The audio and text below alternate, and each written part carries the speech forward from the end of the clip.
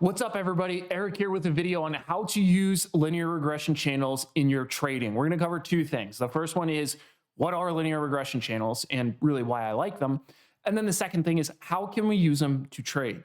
Now, a lot of people at different points will have heard of things like standard deviation channels. Linear regression channels are different from standard deviation channels, and we will explain how. So let's start off with what linear regression channels are. They are a price analysis tool, and we typically use it to identify prevailing trends as well as extremes. Now, there's two main components when we're talking about linear regression channels. We're going to have the line of best fit, and then we're going to have the channels themselves. So let's take a quick look at what this looks like. Don't mind the rest of the noise on the chart. I want you to focus on two things. The first one is this purple trend line, and then these dashed yellow linear regression channels. So notice one's a little bolder than the other one. This is a 100% linear regression channel, and then this is a 50%. So what is a linear regression channel? What it's doing is it uses whatever aggregation period that you're looking at. So right now we're looking at a 6-month daily. If I change this to a 1-year day, notice how the linear regression itself changes. What it's doing is it's creating a line of best fit, which is this purple line that you see kind of that goes straight through most of the data points. It's exactly what it is. It's just a statistical measure of each data point in the aggregation period, and it creates a line of best fit for that. Then these dashed lines are built by using the price extremes within that aggregation period. So notice at the 100%, we see a touch up here at that level, and then we also see price kind of touching below this level. What this is doing, it's taking, instead of standard deviation channels, which also uses a line of best fit, but then it just plots standard deviations off of that line of best fit. The difference is linear regression channels uses the price extremes to create the bands. So a 100% linear regression channel is going to be out at the most extreme prices during that data set. Again, in this case now it's a 1-year daily. And then the 50% is going to be half of that move off of the line of best fit. So the reason why I really like linear regression channels is it's using the current data from the chart as a measure of price and giving you both trend and identification of extremes during that point.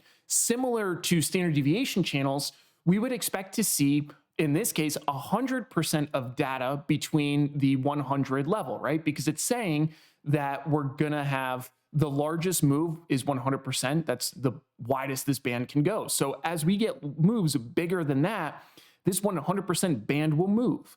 So the real utility, though, is just like any other statistical measure. If you'll notice, once we start hitting up near, I always refer to it as a +2 standard deviation linear regression. It's technically incorrect. It's very close to that, again, because right now 100% of data falls between this as compared to 95%, which falls between +1 -2 standard deviations. So even the stats undergrad side of me gets a little peeved at that, but it's just more efficient. So in this case, I'll refer to these as the +2 -2 linear regression channels, or really you could call it +3 -3, which is 99.7%. But the main point really is when we're looking at price, the vast majority of price is going to fall within these two bands. You will see things poke through it. And again, that's because it's based off of the aggregation period. And that is why I don't say 100% falls within, because even though you'll notice that there's nothing really closing below these bands, they can still exceed it during intraday. So again, that's due to the aggregation period. All right, so let's talk about how we can use them to trade. Well, I already told you, let's start with kind of broader picture and zoom our way in. Broader picture, trend analysis. So this line of best fit is really useful because it's giving you the prevailing trend for the data set that you're looking at.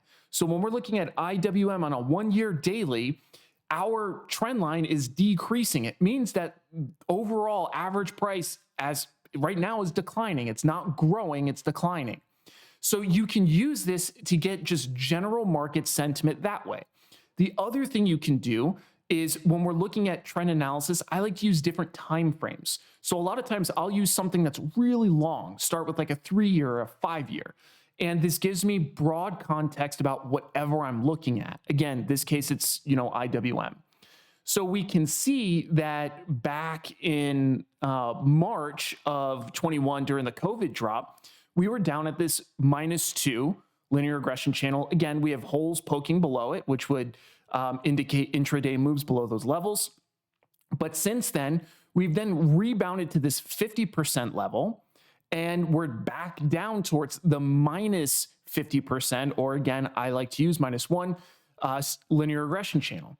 So in this case, we again expect to see 95 or 100% of data that closes within this, but 95% of data should fall within this. Again, that includes these tails. And then for the +1, -1, we would expect to see 68% of data. So the majority, which is pretty much the case as what you're seeing here. So right now on a long-term trend, it looks like we could be flirting with some support at this level. Again, I don't necessarily use these as strong support or resistance. I prefer to use things like the volume profile, moving averages. But really what I'm looking at is how is it reacting to some of these levels? And then like in this case, we're seeing higher lows, higher highs. We are seeing a little bit of a pullback right now. Obviously need to monitor that. But on a long-term trend, it looks like we are growing. Then I'll move into a year day. And again, we already went over this one. We see that we're actually flirting with this -2 linear regression channel and bouncing up out of it. Typically, when I see things at +2, -2 linear regression channels, that's an extreme. We can typically start to at least explore a contrarian trade idea in these instances because it's a statistical measure. So we don't expect to see going into perpetuity data to bundle at these extremes. So when we see it, we can look to take a contrarian trade there. Maybe when it hit this high of +2 linear regression, we could have faded it, and then the inverse could be true for the -2. There's nothing that says that it can't stay down here for a bit. But again, it would need a ton of volume and suppression or support to remain elevated at either extreme. So a lot of times what I like to do is once I see something starting to break out of the +1 or -1, this is an opportunity, again, for a reversal play. Or if you see what you saw in IWM here, where we blew through it, then maybe there's a continuation to the downside that you can trade. So when I'm using these longer term linear regression channels, I'm really just gaining context of where price is in its history and then how it's kind of reacting to itself. Then as we zoom in closer to the windows that we're looking to trade is where it gets more interesting. So for example, we're now at a 6-month daily. If I'm going to sell puts in IWM, I like the 6-month and the 3-month. So looking at the 6-month, we are in a pretty strong decline. Again, just indicated by this purple trend line across the chart. The other thing that I see is notice how we started trying to move through this upper linear regression channel over here, but down here, we're just kind of lightly flirting with it. To me, a lot of times this could show that we really haven't bottomed out in terms of downside move. Again, this isn't my favorite for support and resistance, but it gives me some ideas in terms of where price is moving around. So the thing that I like to watch here is very stereotypical, higher highs, higher lows. And we can see that we're struggling right here. And this typically is not a great signal. So in conjunction with linear regression channels, I can use small little trends like this, price lines like this to get an idea of where prevailing trend is going. But overall, 6 months, prevailing trend is down, easy to see, clear as day. So in this case, if I was looking for a prospective trade, I might look to see how it reacts to this -1 if I'm interested in trying to get long IWM. If I see it blow through this -1, there's a good chance that I could take a look at a short position in IWM. So I think the true power of linear regression channels lies in the identification of price extremes, specifically if we're looking to trade shorter term timeframes. If we're looking to trade longer term timeframes, it's still really useful for overall trend analysis to get an idea of, okay, so this is a 2-year daily chart, and we can see that we are really at an extreme to the downside. So overall, long term, price would naturally want to gravitate at least closer to this trend line. Now, two things would happen. As new data points are added, this trend line will start to assume the new average, integrating those new data points. But again, this is using a lot of data. So we know that the line of best fit at least has a lot of volume and price traded there. That's where it's created from. So I think using linear regression channels is a awesome tool.